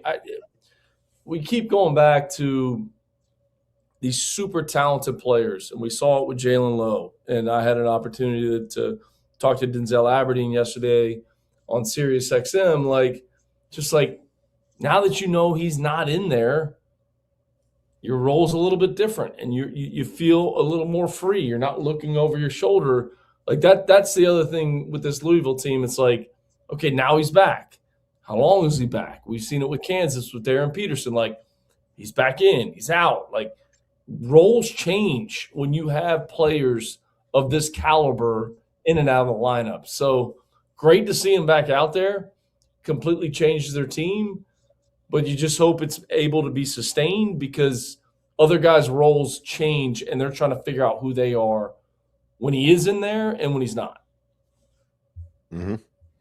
I mean, we saw that with Kentucky, right? I think the fact that Kentucky is going on this 5-game winning streak, McCall, and I'm going to go to you, McCall, because I want your opinion on Kentucky here. Goodman and I talked about it a little bit already, but I think part of the reason they've gone on this run is because, all due respect to Jalen Lowe, I'm not trying to take a shot at Jalen Lowe, but Jalen Lowe being out without coming back in and being out and come back in and being out, these guys now know what is expected out of them. 100%. The role allocation is there. You know when your shots are coming. You know how many minutes you're going to get. There's a level of expectation for what you're going to provide. You know what your job is now, and there is a level of consistency day to day when that happens. And I think that we're seeing that we will see that a little bit with Louisville as McCall Brown gets work back in. But that is why Kentucky's been able to get hot and make this run, at least in my opinion. I agree. And Denzel Aberdeen, I mentioned him previously. He didn't have his best stuff today, but it's not just a point guard. It's just a guard play. It's Owe. Like him. Otega Owe. Sorry. Try that again. Try that again. Otega Owe. Like him knowing his role. The ball may be in his hands more than when it's in Jalen Lowe's hands because Jalen Lowe dominates the ball. And I'm the biggest Jalen Lowe fan in the country. I love the way he plays. Mm-hmm. I love the way you can put him in pick and roll and his feel for the game and to be able to read coverage and how he plays. But other guys know, like, the ball's not in my hands. So if there's a set decision of he's out, okay, now we can move forward. The whole in-out thing, I think it's hard. And I think it's one of the reasons that Kentucky's been able to go on this run. I really do. Goodman? Yeah, I mean, I think it helps. Again, we talked about it. They haven't had the toughest stretch here, but they needed confidence, right? I think that's what they got through this stretch. They know they can win close games now. And going forward, it also builds up some equity that they needed in order to get themselves in a good spot to be an NCAA tournament team. Ole Miss is not a tournament team. 3 of the other 4 teams they've beaten in this 5-game stretch are probably not tournament teams. But again, you got to start somewhere and build up that kind of winning, feeling, number one, and also get those roles situated. Because again, these guys are all in different, Colin Chandler was kind of in the doghouse for a little while, right? Now he's playing huge minutes and a big part of it again. Trent Noah was kind of a DNP CD guy for a few games there. Now he's got to play a little bit as the ninth man. So, I think, again, we'll see where this team goes forward, but I think they hit rock bottom there for a little bit and they fought back from that. And at least they're playing hard. Like, that's the biggest thing that, again, Big Blue Nation wants is, even if you lose games, don't look disinterested. Don't be standing around and not diving on the floor for 50-50 balls. If you do that and you lose, I'm not going to say they're ecstatic with it, but like, they're not pissed off. They're not leaving that arena being like, I hate this team. I think they kind of like this team now because they bounced back from that and they don't look anything like that team that they saw get run out of the Nashville against Gonzaga. Well, you're playing with house money now, right? Like, Kentucky fans after the Gonzaga game were ready to write off this season, right? And after you gave away the Missouri game, they were ready to say, man, I don't even know if we're going to make the tournament. And then you have that moment with Malachi Moreno and the buzzer beater that he hit. And then you have that moment where you make that comeback against Tennessee and you find a way to be able to get that win. And then you beat Texas, who, by the way, smacked Georgia. Texas is going to be in the tournament. John Miller's going to have that team dancing. And now you play against, yes, it's Ole Miss, but it's still Chris Beard, who knows how to coach a basketball game. You've won 5 in a row, and you've put yourself in a situation where you can go on the road now, Matt, and you got at Vandy and at Arkansas this week, which maybe are the 2 toughest road games that you're going to find on Kentucky's schedule. And you're playing with house money. You win 1 out of 2 of these, and you're in a great spot. Maybe not to win the SEC regular season championship. I don't know that you're ever playing with house money at Kentucky. I mean, the expectation is to win a national championship. So I don't know if you're playing with house money. I think this is a big week. You do. I go on the flip side of you got to get one of these two.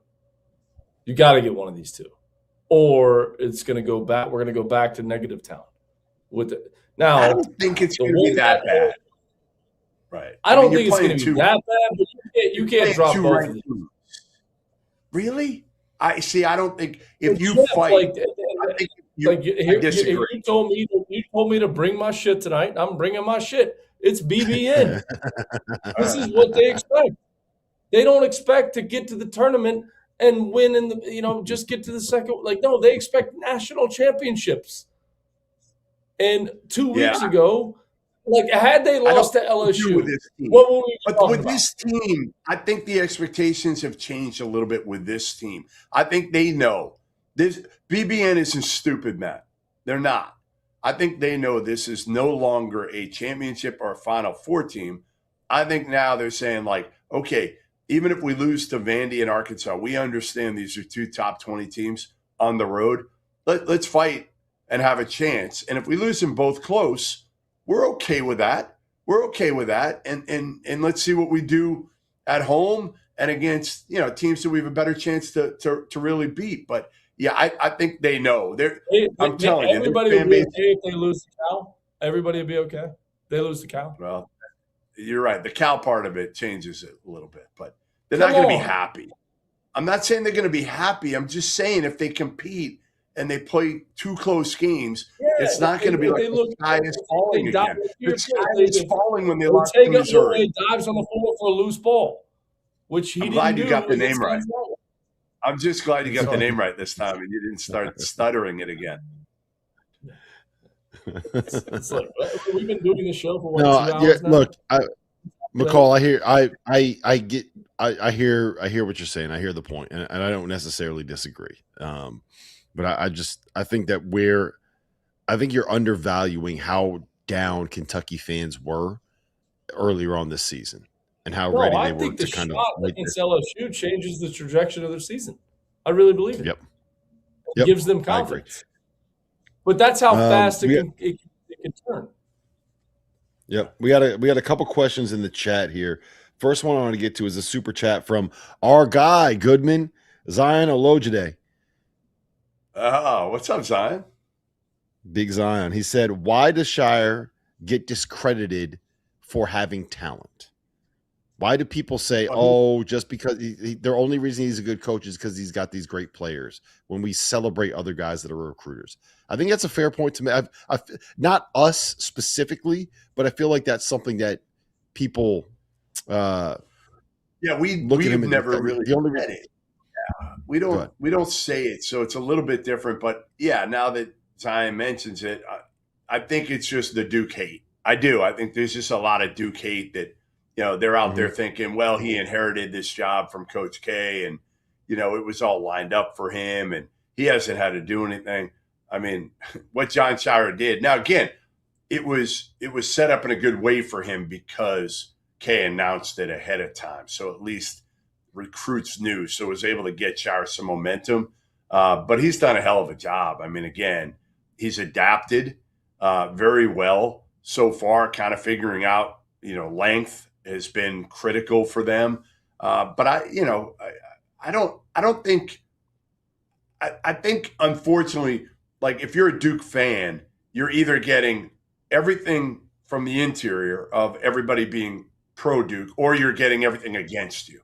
And I think Zion's probably looking at it that way too, of like people killing Shire, Carolina fans. But I think a lot of it is jealousy. I think a lot of it is the guy's done an incredible job. Yes, he hasn't won a national title yet, but he's had him in the mix every year. Yes, he will absolutely win it. He will. And again, I picked him preseason this year. I don't have as much confidence now because the other guys haven't come along quite as well as I thought. Like Caden Boozer hasn't been as good as I think either of us thought, Rob, after we saw him on the circuit. I think Dame Sarr hasn't been quite as good as what we thought he might be. But I'm not writing off a team with Cam Boozer. Yep. And Shire. Yeah. Okay. Like let's calm this down a little bit. Okay. He has been a head coach. He is now in his fourth year. Year 1, 27-9. Year 2, 27-9. Year 3, 35-4. And are a possession away from playing for the national championship. Guys, you don't want to hear it. Winning is hard. Winning is hard. And I don't care if you're a Duke, if you're a Florida, if you're a you had to bring it. Wait. I told you had to bring it tonight, and you're coming with winning is hard again? Winning is freaking hard. And this guy's winning at a high level. And guess what? He's taking over for one of the greatest to ever do it. And he's still winning. I don't care about guess what recruiting is? It's a part of winning. Good for him. And then when you get the good player, we've seen really good coaches have super talented players and not win at the level that we expect them to. True or false? Right. Yeah, 100%. 17-1 this year. 17-1 this year. Mark Pope has $22 million. And last I checked, they're not winning like Duke's winning this year. There are other teams that have as much money. I mean, Indiana's got a lot of money. A lot of money this year. They're not winning like Duke's winning. And you know what else? You know what else it is, guys? Being able to get players is one thing, right? Being able to Cam Boozer's an obvious recruit, and Cooper Flagg, like everyone knows who they are, and Duke is going to be able to get guys like that because they're Duke. Yes, that's part of it. Did anybody have Con Knippel being a top 5 pick heading into last season? Yes, going out and getting guys like that and that eval is important. Did anybody realize how good of an ad a guy like Malik Brown was going to be? Who thought that bringing in Sion James was going to turn he would be an NBA? He was the 33rd pick in the draft. He's playing real minutes right now in the NBA. That's the part of the recruiting that has been more impressive. Yes, it's the Duke brand. They're going to get a lot more number 1 recruits because of the power of the brand. That's just what it is, right? And it's the advantage of being John Shire at Duke. he's also able to get evals on these other guys that are really good players. And I know it's cool and fun to hate on this dude because of he collapsed against Houston. He collapsed against Texas Tech this season. And it's going to be a while before he lives down losing to NC State in the Elite Eight, right? Those things all happened. But he also got them to that point. That Duke team last year was the best team that I've seen in college basketball doing this. And I know they didn't win it, but that's the best team that I've seen in college basketball since I've been covering this, and that was back since 2009. I saw Tyler Hansborough's teams. I was at that Final Four. That's my first Final Four. So I think he'll win a championship. I'll say within the next 5 years. I think he's going to win a championship. And maybe that's a hot take, but you're not going to find any Duke hate from this guy. All right, we got to get to Samuel Lasoing. Samuel Soing. Sam. I'm just going to call him Sam. Sam wants us to talk about Nebraska. He thinks that we hate Nebraska. We don't hate Nebraska. Goodman hates Nebraska. Me and McCall love Nebraska. We're huge fans of the mayor, huge fans of Lincoln, big fans of the state of Nebraska. Goodman, not a Nebraska guy. Me and McCall, Nebraska guys. I've known Fred Hoiberg for a long time. And again, there's not a better human being in this industry that I've come across than Fred Hoiberg. So when he was in the hot seat a few years ago, like, it pained me to put him on there. It did. It pained me way more than it pained me to put McCall on there. And now that he's winning at this high level like this, it's awesome. It's especially in Nebraska. They've never won a tournament game. And now you've got a team that is going to be ranked probably, I don't know what they were in the AP this week, but we're going to have them probably top 5 this week when our new rankings come out tomorrow or Monday.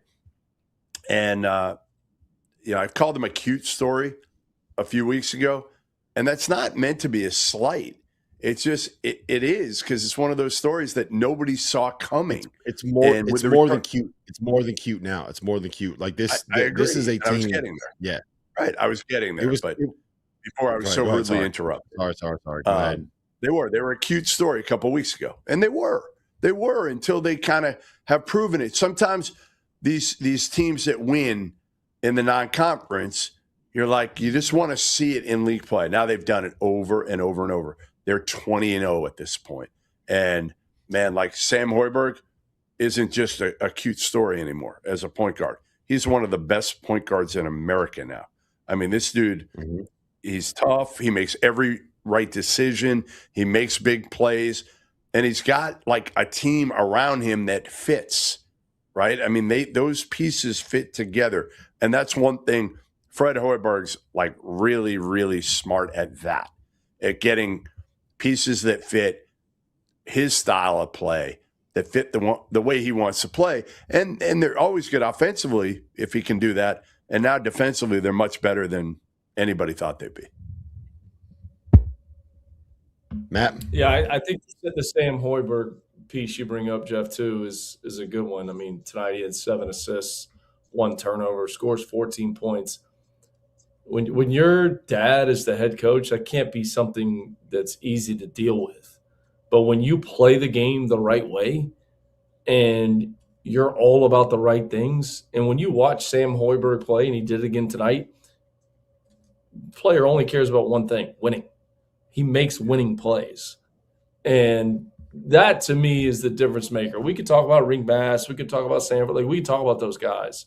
But Sam Hoiberg and how he plays it's kind of the engine that steers the ship. So it's not a cute story. It's awesome.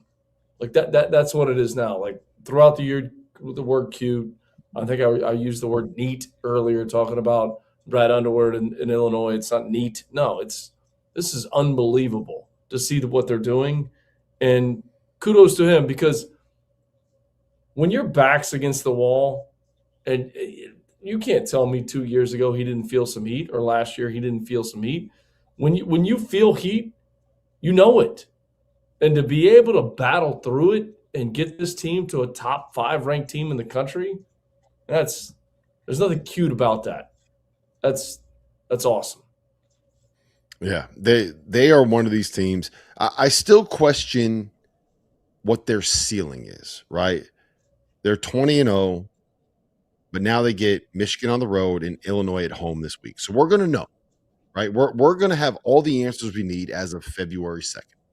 Once we get to next Monday, we're going to know everything we need to know about this Nebraska. But Rob, not to cut you off, when they beat Michigan State at home, what did they have the next week? They went to Ohio State and to Indiana. And, like, that's when I was like, okay, we're going to know. We're going to know. And maybe if they drop one of those games, does that change our perception of them? No. My thing with Nebraska is who's the NBA player on their roster, I guess is my question, right? They're going to be able to beat who they beat because they are so good at executing offensively. They don't beat themselves, right? They're not going to turn the ball over. They're going to get open shots, and they're going to make their open shots. They're not going to let you get offensive rebounds. They're going to force some turnovers, right? They're going to do all the stuff you're supposed to do. My question is, at some point, especially in the tournament, it's not so much like during league play, but at some point during the tournament, there's going to be a game where somebody comes up with a game plan that works, that makes it so that you cannot run your stuff to be able to get the shots you want. How are you going to be able to score? Do you have a guy that could just go out there and Keaton Wagler you? That can go out there and do what AJ DeBonsa did? That can put up 42 like Kingston Flemings did? JT Toppin went for 31 and 10. That's my only question. At some point during March, to win 6 games in a row, you have to have a guy go out and have an out-of-body experience. And you know what? It might just be Price Sanford going for 20 and a half, because that's what he did tonight in the second half. They were down by 6 at halftime against Minnesota and outscored them 46-21 in the second half, in large part because Price Sanford he forgot how to miss. The reason they won at Illinois was because in the first half, Price Sanford forgot how. I think he had 26 in like the first 12 minutes of that game. He forgot how to miss. And maybe that's what it is. But that's just, and it's not even a concern. That's just like, that's my question with them. And I got questions with all of these. We got questions about Arizona. We got questions about Michigan. We got questions about you. We got questions about all the teams that can win a championship. There's no obvious team that's going to win it. My question with Nebraska is, what happens when you can't run your stuff to get the shots out of it? Are you going to be able to score enough to beat the best teams in America? Does that make sense? Yeah, they don't have as much talent. Well, they don't have as much money. Usually money equates to talent. So what they've got to do is they're built more on balance because they can't afford that elite player. You know, they can maybe afford to keep, some good players, but let's face it, like they don't have the same money these other teams that we're talking about that are in the top 10. You go through the list, right? Arizona. I'm looking at them on Ken Palm right now, your favorite site. Arizona, Michigan, Duke, Michigan State, Iowa State might be the exception here. Illinois, Houston, they got money, maybe not as much as some of these others. Purdue, UConn, Florida had money. Kansas had good money. BYU had crazy money. Louisville had a lot of money. Virginia had a lot of money. Texas Tech had a ton of money. I mean, again, they're not in the same stratosphere, so they're going to have to run their stuff a little bit differently. They're not going to have a superstar because, frankly, they don't have – you're not spending 40% of your total NIL package on one guy. You can't. Mm-hmm. Yep. All right, Dagan, do we have any final questions from the chat? There's got to be one or two good ones that have come in at some point. Toast of the night. All right, good. All right, Goodman. We do we even have? We don't have a question from Trevor tonight. Trevor went to bed. Yeah. Trevor went to sleep. He drank too much during the Illini win, so he crashed. And he crashed on shoveling snow. To be honest, he OD'd on Pepto-Bismol. He drank too much. He OD'd on Pepto-Bismol. He's shoveling in Champaign right now. Probably shoveling snow. Yes. Yeah. Right. I want to acknowledge. So we mentioned it. Gonzaga survived against San Francisco tonight, 68-66. Kansas It was a close game, but they ended up beating Kansas State in the Octagon of Doom 86-62 without Darren Peterson. Arizona maintained an undefeated record. They won 88-53 over West Virginia. Iowa State 84-71. Milan Momcilovic went for 29 points. 17-17 from Jeremy Fears tonight for Michigan State to beat Maryland. AJ DeBonsa had 43 as BYU beat Utah. Vanderbilt bounced back with a 30-point win at Mississippi State. Clemson got a nice win at Georgia Tech, and Arkansas knocked off LSU coming from behind in that game. We mentioned Texas. Texas beat Georgia by 20. They're going to make it. They'll be a tournament team if they don't do anything stupid the rest of the way. Toast of the night, Goodman. Go ahead. I'm going to toast to the entire freshman class. It's been that good. I can't pick out one. I mean, they're just Keaton Wagler tonight, 46, AJ DeBonsa 43, Kingston Fleming's 42, Cam Boozer 32, Darius Acuff 31. I'm also going to toast specifically to one who's had a tougher year, and that's Nate Ament. And he had a great game tonight. I think he finished with 29. Yes. Is that right? 29 in a road win against Alabama in a hostile environment in which everybody was talking about one Charles Bediako, who had 13 points. But it was good to see Nate Ament smiling and kind of doing his thing, because it hasn't been quite as easy for him as it has been for the Waglers and the DeBonsas and the Kingston Flemingses and the Cam Boozers and the Acuffs and some of these other guys you can go on and on and on for. So, yep, 100%. I will toast to that. McCall, go ahead. What's the purple beer you're drinking? What is that? So, what are you drinking? Yeah, I ran out of the beer I like, the Mango Cart. So the only thing that was left, well, I've drank too much of the Mango Cart recently, evidently. So the only one I had left in there was my wife's Shipyard Pumpkinhead beer. Some pumpkin beer. Wow. Don't really love it. I got to say. You're drinking a pumpkin beer in January? That's been in there for 4 months.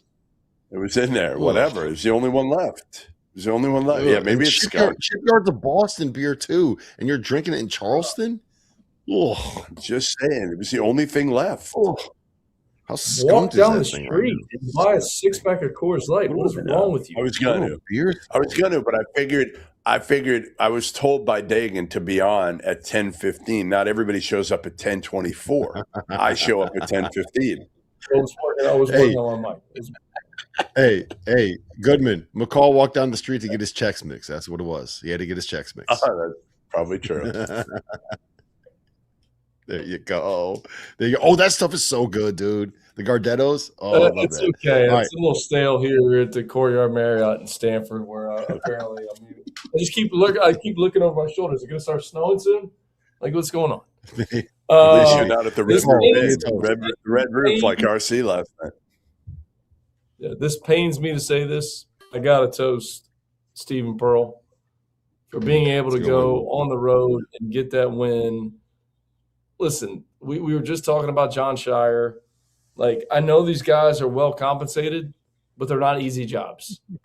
And it is to see, the way that his team played, the preparation. I thought like how well prepared that team played today against Florida to overwhelm those guards. Cheers to Stephen Pearl, man. I love. Yeah, well, cheers to Stephen Pearl. Yes, that was a great win. I love our chat. Hal something or other said, "Admit it, Goodman. Don't be a liar. That's your beer." It's really user not. 2267 goes. I admit to drinking Mango Cart. Okay, I admit to drinking Mango Cart, dude. We have been on so long now. The lights in my hotel room are shutting off. By the way, just saying. McCall. User 2267 said McCall really trashed Goodman's beer and then told him to go get a Coors Light.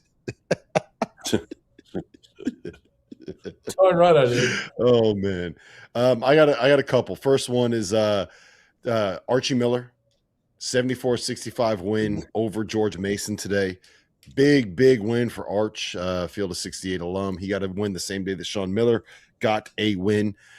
St. Joe's knocked off Dayton at home. Big win for the Hawks tonight. But there's some things that we have to talk about, right? So Kingston Flemings had 42. We all celebrate Kingston Flemings. He had 42 and six assists. AJ DeBonsa, 43. He had 43 points tonight, right? That's a great night. Keaton Wagler, 46. It's a big night, right? None of those guys were the leading scorer in college basketball tonight. Do you know who was the leading scorer in college basketball tonight? Dominique Daniels Jr. for Cal Baptist had 47 points, 6 boards, 3 steals, as the Lancers got a big 78-71 win over Utah Valley to move to within a half game of first place in the WAC, Goodman. I need you to lock in on mid-major basketball. Me and Sean Paul, Rockefeller got this thing on lock, fellas. Big fan of the WAC. Hey, listen, this has been a 2-hour show. We had so much to get to, man. We had so much to talk about. I'm glad that we were able to get through it all. Man. Yeah, Saturdays are a bear, but this is what we live for, man. This is why we do this. We appreciate everyone that hung around with us for 2 hours to watch this. We have over 600 people watching live on YouTube right now, to say nothing of the people that are watching on X or listening on the podcast feed. So shout out to Matt McCall for getting it done with his Chex Mix. Shout out to Goodman for making his way through an episode with a Shipyard Pumpkin Ale in late January. Shout out to Dagan Hughes. I know that the Seton Hall lost, but you can always just know that you got Big D at home, ready to take care of you. Shout out to Trevor Valise for being able to get that win and help your Illini on. So we'll see you guys tomorrow night. It'll probably be closer to tomorrow afternoon at some point. So cheers to everyone. Appreciate you being here. Field 68 After Dark.